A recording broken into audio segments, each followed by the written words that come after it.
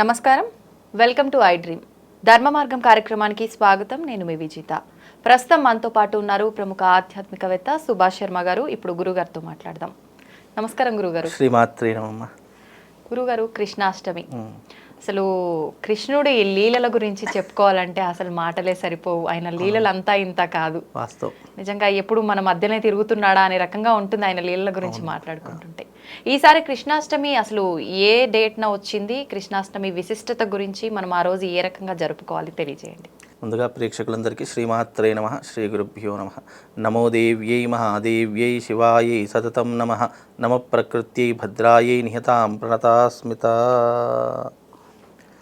కృష్ణాష్టమి పండగ అనేటటువంటిది మన సనాతన ధర్మంలో, హైందవ ధర్మంలో హిందువులంతా ప్రధానంగా ఆచరించేటటువంటిది కృష్ణాష్టమి. కృష్ణుడు ఈ భూమి మీద అంటే నేల మీద సహజంగా మానవుడు ఏ రకంగా అయితే బ్రతుకుతాడో ఆ రకంగా సహజ సిద్ధంగా తన జన్మను ఎత్తినటువంటి వాడు శ్రీకృష్ణుడు. అంటే కలియుగంలో కలి యొక్క ప్రభావాన్ని అలాగే దాని నుంచి ఎలా అధిగమించాలి అనేటటువంటి సూత్రాన్ని ఎవరైనా నేర్పించారంటే అది కేవలం శ్రీకృష్ణుడి మార్గం ఒకటే నేర్పించింది. శ్రీకృష్ణుడు ద్వాపర యుగం అంతా కూడా ధర్మము వైపే నడిచాడు. అందుకే ధర్మం అనేటటువంటిది రక్షింపబడితేనే మానవ మనుగడ సులభంగా సాధించగలుగుతాము. లేదు అధర్మం వైపు నడిచింది అంటే గనక మానవుడు ఎప్పుడో ఒక దగ్గర పతనం అయిపోక తప్పదు.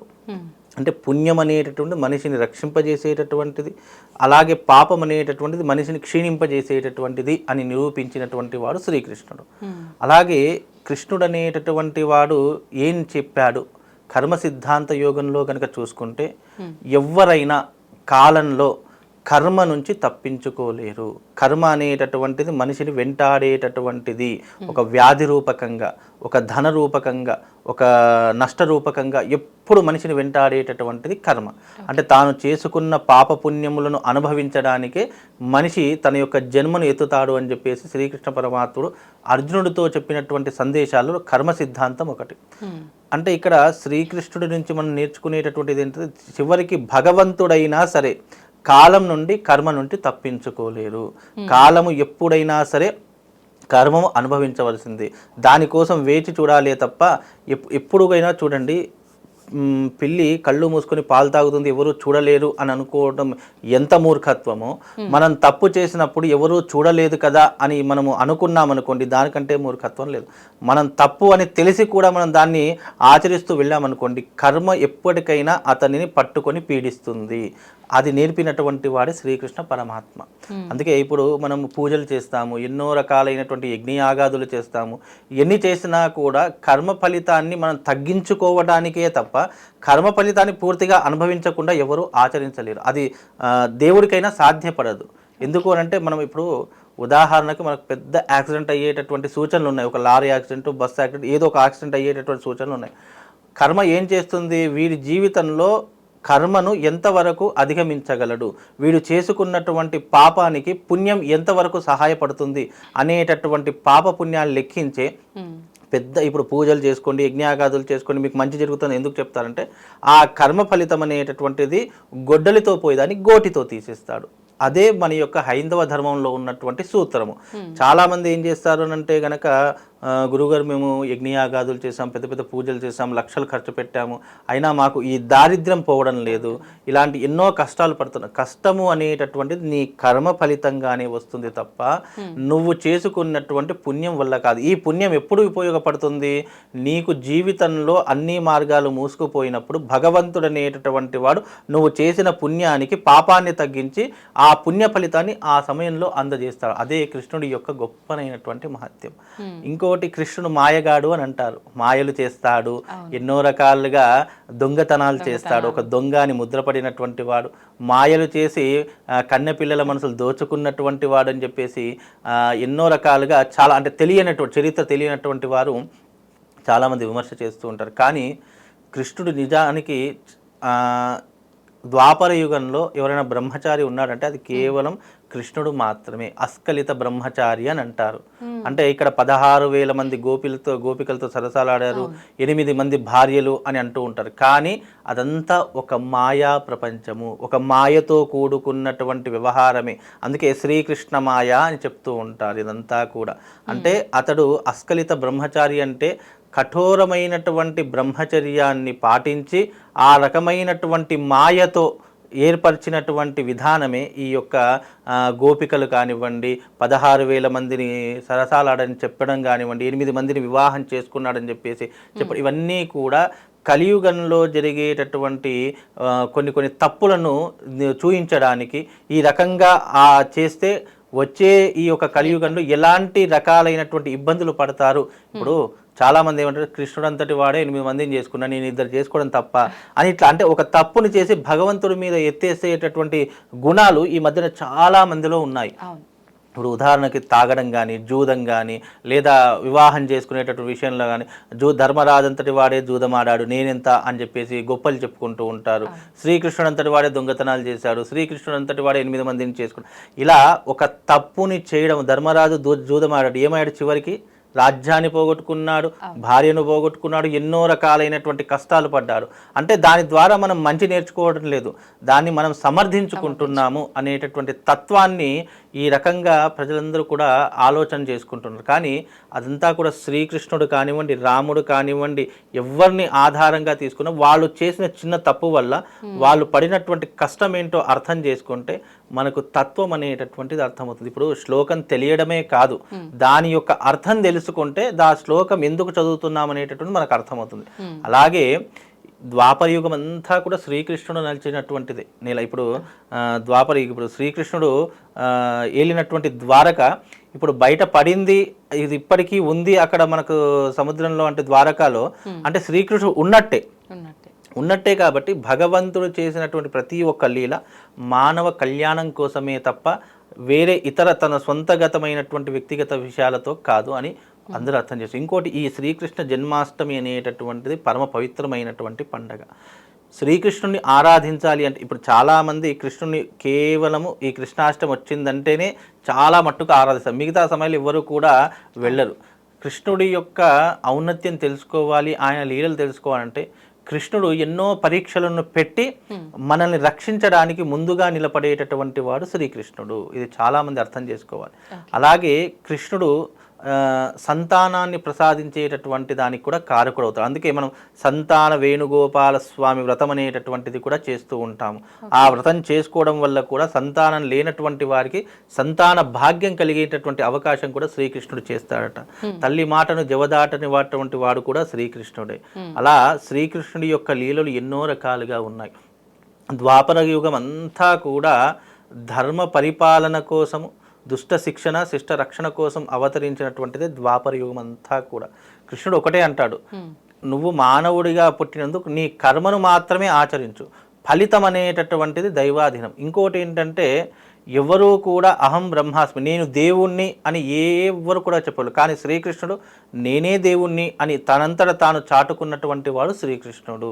అందుకే అర్జునుడికి గీతోపదేశం చేసినప్పుడు మానవుడు, ఇప్పుడు అర్జునుడు సంగ్రామంలో అందరూ తన అన్నదమ్ములు, తన సోదరులు, తన తాతలు, ఆ తర్వాత మామూలు అందరూ తన బంధువర్గమే ఉంటుంది. అప్పుడు అంటాడట ఎవరు? శ్రీకృష్ణుడు. అర్జునుడికి శ్రీకృష్ణుడు అడుగుతాడు, శ్రీకృష్ణ ఈ యొక్క పరివారం అంతా చూస్తే నా బంధువులే, నా బంధువులతోనే నేను యుద్ధం చేసేటటువంటి దౌర్భాగ్యం నాకు కలిగింది అని అంటే అప్పుడు శ్రీకృష్ణుడు ఉపదేశం ఇస్తాడట, ఇది ధర్మం కోసం చేసేటటువంటి యుద్ధము. నీ ధర్మంలో నువ్వు మనిషిగా జన్మ ఎత్తినందుకు నీవు ధర్మాన్ని మాత్రమే పాటించు, ఆ ధర్మము నిన్ను కాపాడుతుంది. నీ ఎదురుట ఉన్నటువంటి వారు శత్రువులు అని భావిస్తే నీకు ఏదీ కూడా గుర్తుకు రాదు. నువ్వు శత్రువు అని అనుకొని యుద్ధాన్ని చెయ్యు, ఆ కర్మ నిన్ను ఏ రకంగా ఉంటుంది అనేటటువంటిది నాకు వదిలేయ్యు అని చెప్పినటువంటి వాడు శ్రీకృష్ణుడు. అందుకే ఈ యొక్క కృష్ణాష్టమి అనేటటువంటిది పూర్తిగా కృష్ణుడికి అంకితం చేయబడినటువంటిది. ధర్మ పరిపాలన చేయడానికి మాత్రమే అవతారం దాల్చినటువంటి వాడు శ్రీకృష్ణుడు. అతడు అవతారం చాలించిన తర్వాత ద్వాపర యుగంలో కలి ప్రభావం పెరిగిపోయింది. అంటే ద్వాపర యుగం అయిపోయింది, మనం కలియుగంలోకి అడుగుపెట్టాము. ఈ కలియుగం అంతా కూడా పాపముతో నిండిపోయి మళ్ళీ పదవ అవతారం కలికి అవతారాన్ని మళ్ళీ దాలుస్తాను ఎప్పుడు 5000 సంవత్సరాల తర్వాత అని చెప్పడం జరిగింది. అంటే కాలానుగుణంగా వచ్చేటటువంటి అవతారం కలికి అవతారం. ఆ అవతారాన్ని మళ్ళీ దాల్చడానికి శ్రీకృష్ణుడు మళ్ళీ అవతారం తీసుకుంటాడు అని చెప్పేటటువంటిది. ఇంకోటి, ఈ కృష్ణాష్టమి ఎలా జరుపుకోవాలి అని అంటే గనక ఉదయాన్నే లేవాలి, చక్కగా కృష్ణుని ఆలయానికి వెళ్ళి చక్కగా అక్కడ పూజాది క్రతువులు చేస్తూ ఉంటారు. అక్కడ మీ పేరు మీద గోత్రనామార్చన చేసుకోండి. చక్కగా ఆ రోజున సంతానం లేనటువంటి వారు ఎవరైతే ఉన్నారో సంతాన వేణుగోపాల స్వామి వ్రతం అనేటటువంటిది చాలా మట్టుకు ఆ రోజున ఆచరిస్తారు. అలా సంతానం లేనటువంటి వారు ఆ వ్రతాన్ని చేసుకోండి.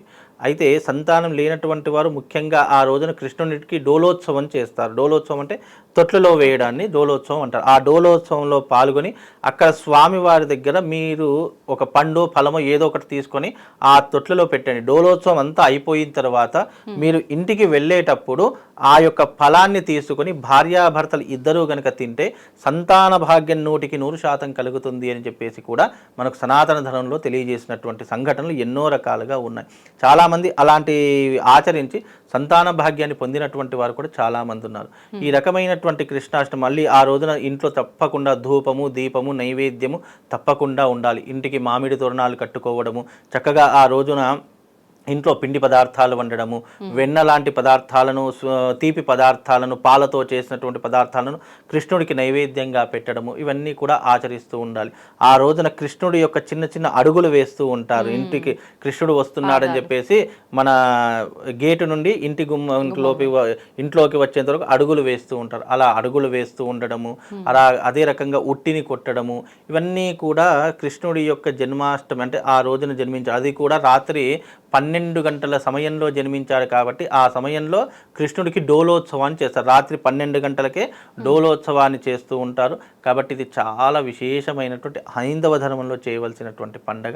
ఇది ధర్మాచరణ చేసుకోవడానికి, ధర్మ మార్గంలో నడవడానికి ఆ రోజున ప్రతి ఒక్కరు ఏం చేయాలంటే గీతా సారాంశాన్ని అర్థం చేసుకోవాలి. భగవద్గీతను ఆ రోజున ఒక్కరైనా చదువుకోవాలి. ఒక పేజ్ అయినా చదువుకోండి. ఆ తర్వాత ఎప్పుడైతే భగవద్గీత మనం తెరవడం ప్రారంభం చేస్తామో ఆ తర్వాత అది పూర్తి ఒక పేజ్ ఎందుకు చదవమంటున్నానంటే ఒక్కసారి నువ్వు చదివావా ఇక రెండవసారి ఆటోమేటిక్గా నీ చెయ్యి భగవద్గీత మీదనే ఉంటుంది. అంత ఇంట్రెస్టింగ్గా ఉండేటటువంటి స్టోరీ భగవద్గీత. భగవద్గీతలో ఒకే సారాంశం చెప్తాం, ఎందుకంటే భగవద్గీత మొత్తం మనం చెప్పలేము కాబట్టి ఒకే సారాంశంలో చెప్తాం. మనిషిగా నువ్వు జన్మ ఎత్తినందుకు నువ్వు ఏ రకంగా జీవించాలి, ఏ రకంగా నువ్వు నడవాలి, ఏ రకంగా పుణ్యాన్ని సంపాదించుకోవాలి, మానవుడిగా పుట్టినందుకు నువ్వు చేయవలసినటువంటి కర్మ ఏంటో తెలియజేసేటటువంటిదే ఈ యొక్క భగవద్గీత. కనుక ఒక్క పేజీ నువ్వు చదవడం ప్రారంభం చేసావా నెక్స్ట్ ఆటోమేటిక్గా నేను చెప్పాల్సిన అవసరం లేదు, అతడు పూర్తిగా భగవద్గీత చదివేంత వరకు ఆ వ్యక్తికి నిద్ర పట్టదు. అంత ఇంట్రెస్టింగ్గా ఉంటుంది. అంటే చాలామందికి ఇప్పుడు సీరియల్స్ ఉన్నాయండి, ఒక ఎపిసోడ్ చూస్తాము, ఆ ఎపిసోడ్లో మళ్ళీ రేపు ఏం జరుగుతుంది అని ఎంత ఇంట్రెస్టింగ్గా ఒక మనిషి ఎదురు చూస్తాడో అదే రకంగా భగవద్గీత దానికి 1000 రెట్లు ఎక్కువ. అంటే నెక్స్ట్ ఏం జరుగుతుంది, నెక్స్ట్ ఏమవుతుంది, అదంతా ఇప్పుడు ఎక్కడైనా చూడండి రామాయణం వాల్మీకి రాశారు, కానీ భగవద్గీత అనేటటువంటిది సాక్షాత్తు శ్రీకృష్ణుడు తన నోటి నుండి జారువారినటువంటి అక్షరాలను స్వయంగా లిఖించినటువంటిదే భగవద్గీత. అంటే కేవలం అది మన సొంతంగానో వ్యక్తిగతంగానో రాసినటువంటిది కాదు. కృష్ణుడు ఏవైతే తన నోటి నుంచి పదాలు జారువారాడో ఆ పదాలే భగవద్గీత. కాబట్టి ఆ భగవద్గీతను ఆ రోజున చదవడం ప్రారంభం చేయండి, లేదా ఒక పారాయణంగా పెట్టుకోండి. ఆ రకంగా పెట్టుకుంటే నిజంగా కృష్ణుడి యొక్క తత్వం అర్థమవుతుంది, పుణ్యం అంటే ఏంటో తెలుస్తుంది, పాపం అంటే ఏంటో తెలుస్తుంది, కష్టం అంటే ఏంటో తెలుస్తుంది. దాన్ని ఏ రకంగా అధిగమించాలో తెలియాలంటే ఒక్కసారి భగవద్గీతను చదివితే నిజంగా జన్మ చరితార్థమవుతుంది. ఎన్నో రకాలైనటువంటి పుణ్యాన్ని సంపాదించుకోవడానికి ఆ రోజు నుండి మార్గం అనేటటువంటిది దొరుకుతుంది. కృష్ణాష్టమి అనేటటువంటి పండగ అందరికీ తెలుసు, అందరూ ఏ రకంగా చేసుకుంటారు, కానీ ఆ రోజున స్పెసిఫిక్గా చెయ్యాలి, ఏదైనా ప్రత్యేకంగా చేయాలి, భగవద్గీతను చదువుకోండి. నిజంగా గవర్నమెంట్ కనుక సహకరిస్తే పిల్లలు చదువుకునేటటువంటి సారాంశాలు కూడా భగవద్గీతను జోడిస్తే నిజంగా పిల్లలు చిన్నప్పటి నుండే గీత యొక్క సారాంశం తెలుసుకుంటారు. కొన్ని ఇప్పుడు చాలామంది కొన్ని పోటీలు కూడా పెడుతున్నారు, భగవద్గీతలో ఉన్నటువంటి శ్లోకాలు చదువుకోవడము, ఆ శ్లోకాలను చెప్పడము, ఇలాంటివి కూడా క్విజ్ కాంపిటీషన్లో పెడుతున్నారు. కనుక భగవద్గీత క్విజ్ కాంపిటీషన్లో కాదు, మనం అర్థం చేసుకోవడానికి, మనం తెలుసుకోవడానికి నిజంగా కృష్ణాష్టమి రోజు భగవద్గీతను చదువుకొని నిజంగా దాని యొక్క ఔన్నత్యం ఇక నువ్వు అది చేయాలి ఇది చేయాలని చెప్పి ఒక్క భగవద్గీతను చదువుకోండి ఆ రోజు. మీకు వీలైతే ఒక పేజ్ అని చెప్పా, మీకు ఎంత సమయం ఉంటే అంత సమయం ఒక్కసారి భగవద్గీతను చదువుకుంటే నిజంగా మీ జన్మ చరితార్థం అయిపోతుంది. అంతకు మించి కృష్ణాష్టమి రోజు ఇంకా ఏం చెయ్యాలి అనేటటువంటి కృష్ణుడి యొక్క తత్వం అర్థం చేసుకోండి. ఇప్పుడు ఎవరి పుట్టినరోజునైనా సరే, ఈ మనిషి పుట్టినరోజుకి ఎందుకు వెళ్తాం, మంచివాడా చెడ్డవాడా అని 1కి 10 సార్లు ఆలోచించి మనం నిర్ణయం తీసుకుంటాము. అలాగే కృష్ణాష్టమి రోజు ఏంటి, అసలు కృష్ణాష్టమి అంటే ఏంటి, కృష్ణుడు ఎందుకు భూమి మీదకి వచ్చాడు, ఎన్ని రకంగా ఉన్నాడు అని తెలియజేసేటటువంటిది భగవద్గీత. కనుక కృష్ణుడి తత్వాన్ని అర్థం చేసుకోండి, దాని విలువ అప్పుడే మీకు అర్థమవుతుందమ్మా. సంతోషం గురుగారు, మంచి విషయాలు తెలియజేశారు. నమస్తే. శ్రీమాత్రే.